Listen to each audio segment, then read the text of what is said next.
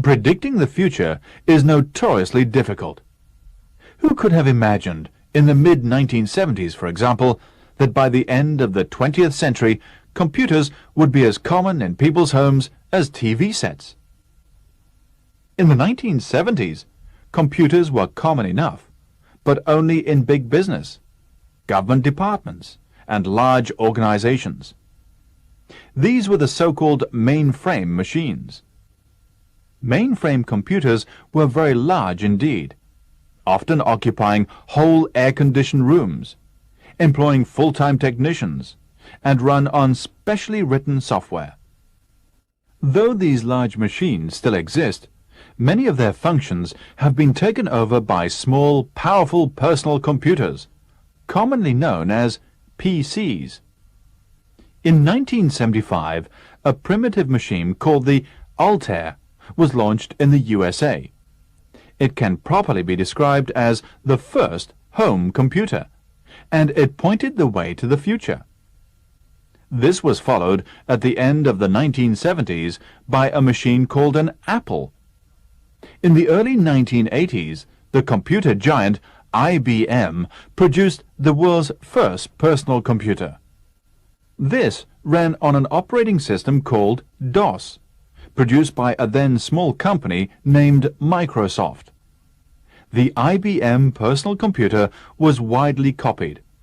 From those humble beginnings, we have seen the development of the user-friendly home computers and multimedia machines which are in common use today.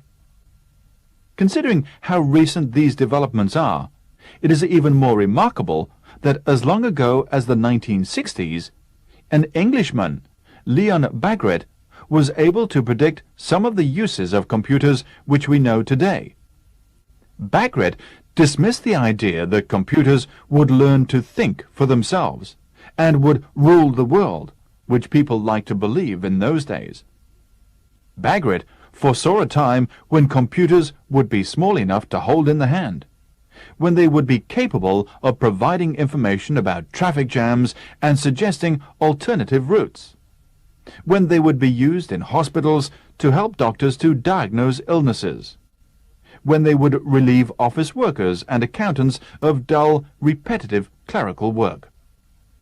All these computer uses have become commonplace.